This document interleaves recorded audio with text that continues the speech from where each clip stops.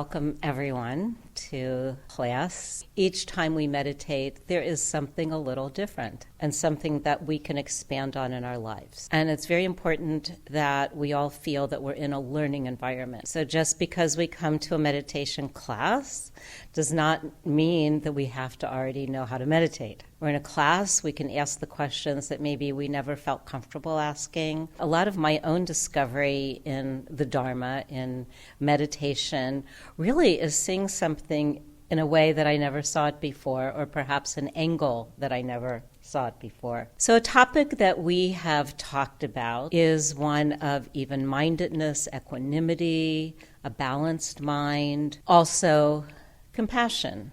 That by understanding ourselves, we begin to understand that other people are not dissimilar from us. And as we experience something, so does someone else. So this is from a very beautiful book called The Art of Living, a guide to contentment, joy, and fulfillment by His Holiness the Dalai Lama. Quite a title. First of all, one must go through the training of equanimity. This becomes very important because without a sense of equanimity, one's feelings towards others will be biased. So now I will give you a brief example of a meditation training on developing equanimity. You should think about a small group of people whom you know. You should think about a small group of your friends, your relatives. Think about some people whom you dislike. You should try to let your mind go into its natural state and see how it would normally respond to an encounter with these people. You will notice that your natural reaction would be that of attachment toward your friends, dislike toward the people whom you consider enemies, and that of total indifference toward whom you consider neutral. Then you should question yourself. You should compare the effects of the two opposing attitudes you have toward your friends and your enemies and see why you should have fluctuating states of mind towards these two different groups of people. You should see what effects such reactions have on your mind and try to see the futility of relating to them in such an extreme manner. I've already discussed the pros and cons of harboring hatred and generating anger toward enemies. I've also spoken a little about the defects of being extremely attached towards friends and so on. You should reflect upon this and try to minimize the strong emotion towards these two opposing groups. Then, most importantly, you should reflect on the fundamental equality between yourself and all sentient beings. Just as you have the instinctive natural desire to be happy, overcome suffering, just as you have the right to fulfill this innate aspiration, so do all sentient beings. So on what exact grounds do you discriminate? So we're going to take a moment in establishing our own equanimity so that we see what our mind does and feel what the body does when we think about people we like, when we think about people we don't like, when we space out around people we're neutral towards and don't even pay any attention to them whatsoever, and see how the mind is biased. And that's really the term, biased. We think of biased as being something around an ism, a racism, or sexism, or something ism. But really, bias is the attitude and the way that the attention goes either for or against. So we're just going to test ourselves. There are people today you liked, you didn't like, you passed by, you didn't even notice them. So we'll just take a moment with those feelings and see what the mind does and see how active. So we'll just take a moment for reflection, okay? Maybe it's even slight, like, oh, I want to be with those people, I don't want to be with those people. I'm not even paying attention to that person. So we can see how the mind strains. The mind strains for and the mind strains against. Sometimes during the day it's nice to stop and let the mind relax. Okay, so now we'll come into our 9 breaths. And the 9 breaths are a way, really 3 breaths, but they're done 3 times. The 9 breaths are a way for the body to straighten, for the inner channels to feel straight, and that's so energy can flow. Meditation can happen in an easier manner. First, I will demonstrate on a ring finger, very gently closing, put our thumb, the fingers around the thumb, and we put that right around the psoas muscle. We breathe in, and we start with the left hand. And as we breathe, we hold the left nostril. It's hard to give this instruction and do it at the same time. We feel the breath come in, and then we do 3 breaths out the other side. We breathe in, left hand starting. Start on the other side on the right, and again breathing in and breathing out on the left. And then we're going to breathe in all the way down to the abdomen, to the belly, to that power center. And then we're going to breathe out 3 times again. So in, and then just let go. So in the meditation practice, it's just that the spine is straight. The hands can be on the lap, on the knees, relaxed, making sure there's no intentional holding in the shoulder. We're going to do the white Om sound, the red Ah sound, and the blue Hung sound. So it's Om, Ah, Hung, as it brings in, again, the enlightened body, enlightened speech, enlightened mind. Also for the environment, it's a purification in the environment. So we're going to work with the sound first, and we'll do this together. It's also a way to center in the body. Sometimes if we feel a little bit scattered, doing Om, Ah, Hung is a way to come back into ourselves and come back with a very strong sound. These sounds are also called seed syllables, and so they have a lot of power to them. So we'll do the Om, and then the Ah, and then the Hung. Om.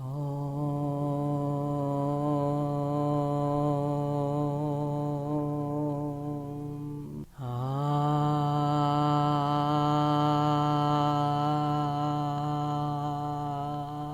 Hung.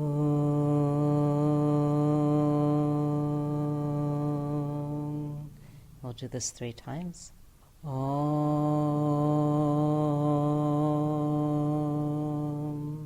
Ah. Hung.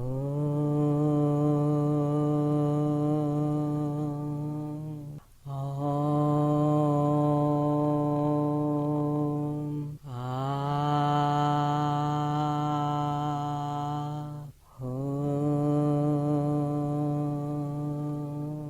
So we're now going to work with anchoring the breath into the hara, into the abdomen. Sometimes it's called the dantian or the do. It starts to unify the whole mind-body system. Working with the sound unifies mind. Working with feeling at the breath, unifying awareness, physical sensation. That unification of attention is a way to steady ourselves, is a way to develop that equanimity. We come into the breath. It's a metaphor for our lives. Am I going to be disturbed if I don't feel the breath? Am I going to want a different kind of breath? Or can I be content with the natural, normal breath? So we come into that feeling at the hara, that feeling at the dantian, which we might not feel. However, we bring that in as a focus. For some people, it's a little bit difficult. It feels far away. So just feeling the natural, normal breath, the breath as it comes in, travels through the body, down through the central channel. We might have a space, a pause, and then natural exhalation. We may not feel the breath at all. We might just know the rise and fall of the abdomen. There's no right way. This is not a forced breath. It's not a forced breathing, but rather, can we use our natural, normal breath as a focus? Our attention is at the abdomen. We're creating focus. We're allowing ourselves, we're noticing if we want something to be one way and not another. So we're noticing that bias. And we're also letting go. So we want to let go into the natural moment, having the natural moment be at one with our awareness.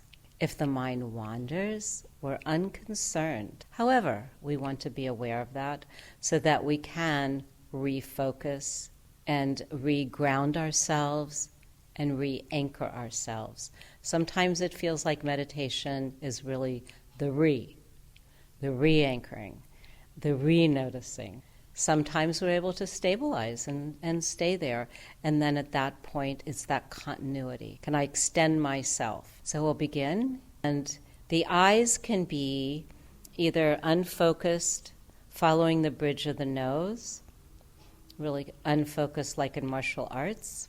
Tibetan Buddhist practices work primarily with eyes open practice. If it feels too distracting and it feels like I'm everywhere, then it's helpful to close the eyes so that we can be brought more deeply into our feeling experience. So we're unifying the attention, we're grounding the attention, we're anchoring the attention, and at the same time, we're coming into the naturalness of the unification of attention and sensation. Okay, so we'll take a moment. And wherever we notice is fine. And it might be that the awareness relaxes and we're just aware of a certain spaciousness. We might feel some letting go, some de-stressing in the body. And if a thought does arise, can we notice it as insubstantial, or does the mind cling to it? Sometimes we might feel the hara, the dantian, the do, the depth of the abdomen. Sometimes we feel the movement, and sometimes we feel the fullness of breath. In all cases, it's the unification of the awareness with the experience of feeling. Can you relax the body a little bit? So there are any questions about working with the Omahung, or the breath, or the abdomen, and the unification of awareness and experience? So a way to break open into a more meditative sphere is to work with sound so that it just kind of breaks through. The seed syllable of Om, the seed syllable of Ah, and the seed syllable of Hung is like a sound meditation. So all of these are ways of development, really. Omahum isn't a belief. When we talk about unification of attention and unification of awareness, it's a very important component of meditation, where we can unify the attention, unify the focus, and also allow ourselves to relax into that. And that's where we stop grasping onto the, strong sense of self and I and me and how I feel and how I am right now. But rather, it's the unification of awareness in the moment with what is. So this is on the same topic, again from the book about healing, and it's called Merging in Oneness. Merging in oneness means being one with whatever we are experiencing. So that would include your sound. It sometimes helps in the beginning to describe oneness in words. For example, that is like being a swimmer at one with the vast ocean. By merging with experiences or feelings, the character of the experience changes, where we can be completely in the present, completely merged in the oneness of what is, and relaxed in that. It seems to take training of mind, and that's why we work with the breath as we do. And the reason that we work with different ways of focusing, some people's sound is very powerful, some people feeling and sensation is very powerful, some people it's the breath, and some people it's really not the breath. Something that is easy to pay attention to. So everyone is a little bit different with what works. So that's why we work with different kinds of techniques. Okay, so we'll work again with the breath, and this time with that empowered feeling of the oneness, the unification, and really feeling like, well, what is that experience, and can I relax inside of that?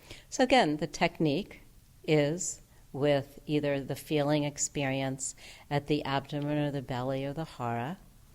It's the feeling experience of the breath. One might be stronger than the other, and we stay with whatever is positive for us.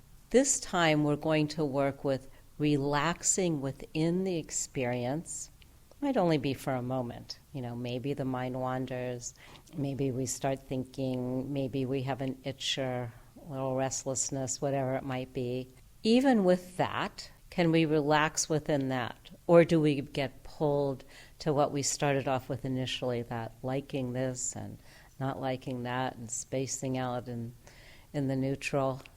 But can we embrace and come into that natural presence of awareness? Let's try it. So again, the spine is straight. There's no intentional holding in the body.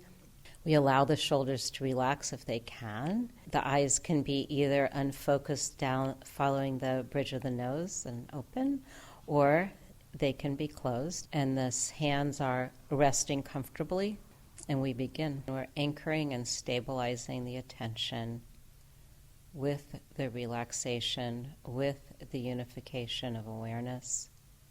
And if we feel our attention, our mind pulled, we even relax into that. And we might feel old tensions, old thoughts. We just let those go. And again, reunify the awareness, the attention, and the feeling experience. You can take a moment to relax. And so are there any questions about the unification of awareness, attention, and the importance of that? It's important to be able to stabilize inwardly. So these meditation practices help us to really come into the core of our being, really come into, we talk about the central channel. As we know, there's inner channels. We want those very strong. And so bringing the attention and the unification of attention really helps that. It helps to anchor. It helps to come into the hara. And so that when we do go back into the evening, we're a little more centered. We have a place that is us. We don't have to get pulled out to everything. We can make positive choices because we're anchored within ourselves. And it's within the body. This is all happening with the body. It's not outside the body. We didn't leave it anywhere. So it's happening in the body, and we learn to have that relaxation with that attention, and this gives us a way to do that. And there's times when we transition, and transition is when everything seems okay, and we're going along, and it is pleasant. And then when we start to deepen, it does start to bubble up, unified with my attention as I thought I was, or the challenges start to bubble up. And in meditation practice, as we've talked about, that's fine. And some of my teachers even say that's good.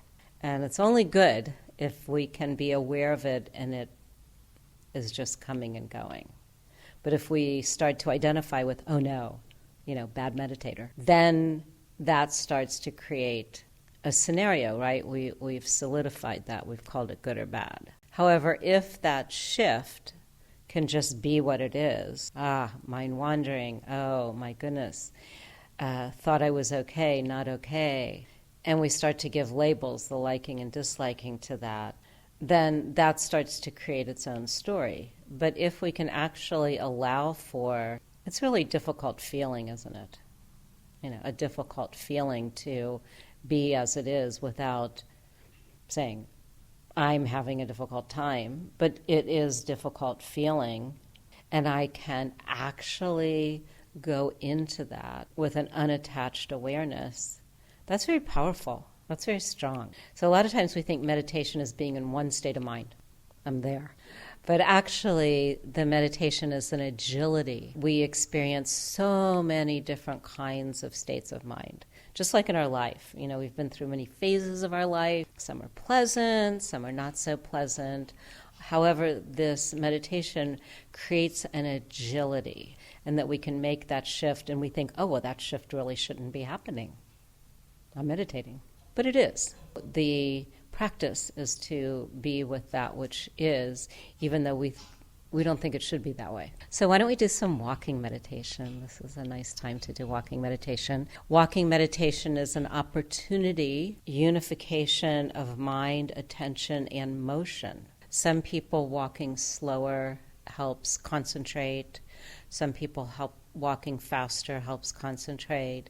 Balance, of course, is part of it. So we each find our own way in the walking meditation. The NBC cameraman, Ashoka Mukpo, who had Ebola and was flown back to the United States and did recover, he was asked, what was it that you could do? Could you meditate? What could you do? He had been trained in a mantra called Vajrasattva. A Vajra actually is a symbol of great strength. Om Vajra Sata Hung. Vajrasattva is the diamond, strong-minded one, and it represents clear, blissful awareness. So Om Vajrasattva Hung allows us to reflect on our own natural ability for having that strength, clarity, and blissfulness of mind. Many of you have done more elaborate practices of Vajrasattva. However, for the purposes of the meditation class, it's very helpful to think of the firm stability of mind and the firm attention of mind at the same time, that inner relaxation of clarity, bliss, and light. It's kind of a lot. It's always what we both aspire to and understand it to be our original nature. But I'll read you something from Dilgo Khyentse Rinpoche about the Vajras. When our practice has become established and stabilized, if we meditate on the emptiness aspect for a long time, our mind might become weary. And to progress, we would want to be doing the yoga of mantra. So although this is meditation practice, it's also a kind of yoga. And when we do sound is a kind of yoga. Centering within the body is a kind of yoga as well. When we do the mantra, we unify. We unify the body, we unify the speech, and we unify the mind. It is said when Vajrasattva's mantra is written on rocks or flags that hang in the air, the wind blows over the sound, and whoever is touched by the wind will make strong connections. This is also a way to protect ourselves and protect other beings. If we want, we can emanate the light rays from the mantra, and this is a different aspect of practice. Some people already do. The mantra is Om Vajrasattva Hung. Om Vajrasattva Hung. So we'll say this together several times. Om Vajrasattva Hung. Om Vajrasattva Hung. Om Vajrasattva Hung. Om Vajrasattva Hung. And now we let our attention rest and we let go, allowing that sound to dissolve within ourselves and come into an open awareness where we feel the whole body sitting and we come into the pure presence of awareness. And we come into open awareness. Open awareness is of the whole posture, the whole body. We're relaxed within the awareness itself. If there's tension in mind or body, we relax into the tension. Again, allowing for that open presence, which is natural. We are not separate from sound. We are not separate from feeling. We are not separate from vision. There's the unification in each moment, along with naturally letting be. No bias towards desire or aversion or neutrality, relaxing with even that. So our happiness comes from a relaxed mind, from knowing there's a natural spaciousness of mind, and we incorporate space within our experience. The nice thing about practice and the realistic thing about practice is that we do the practice that is appropriate for where we are. But actually, meditation really unfolds. I appreciate your practice so much. I always say that we're very blessed. I mean, turn on the news wherever you hear it, or even in conversation, and to have this kind of sacred space that's designated where we can really open up and investigate and to practice and go deeper into the whole mind-body system is, on the planet, very rare. Some people are fighting for their lives. Some people, they have to walk all day to get water. And now, because the world is shrinking, we know that. We know that's true. There are people starving. It's very real. And so the world has grown smaller, and we've traveled more, and we turn on our TV sets, or we can turn on our computers, and we find out that we're in a very rare situation, and it's important to establish that, because as we establish ourselves, that's what we have to share with other people. So in these practices, we always say that we're practicing for ourselves, but we're also practicing for all whom we meet, really impacting everyone. And you can see it too. I mean, when people are reactive and you don't react, it makes a difference. So even just that, just one moment of non-reactivity, that breaks it up. So one thing we started last week, which I should have started before and I have done before, is that we have a prayer list. Anyone can be on the prayer list. They're keeping the prayer list for 3 months at a time. You can always email to info@samdenling.org if you haven't gone onto the site lately. It's quite nice. It's updated.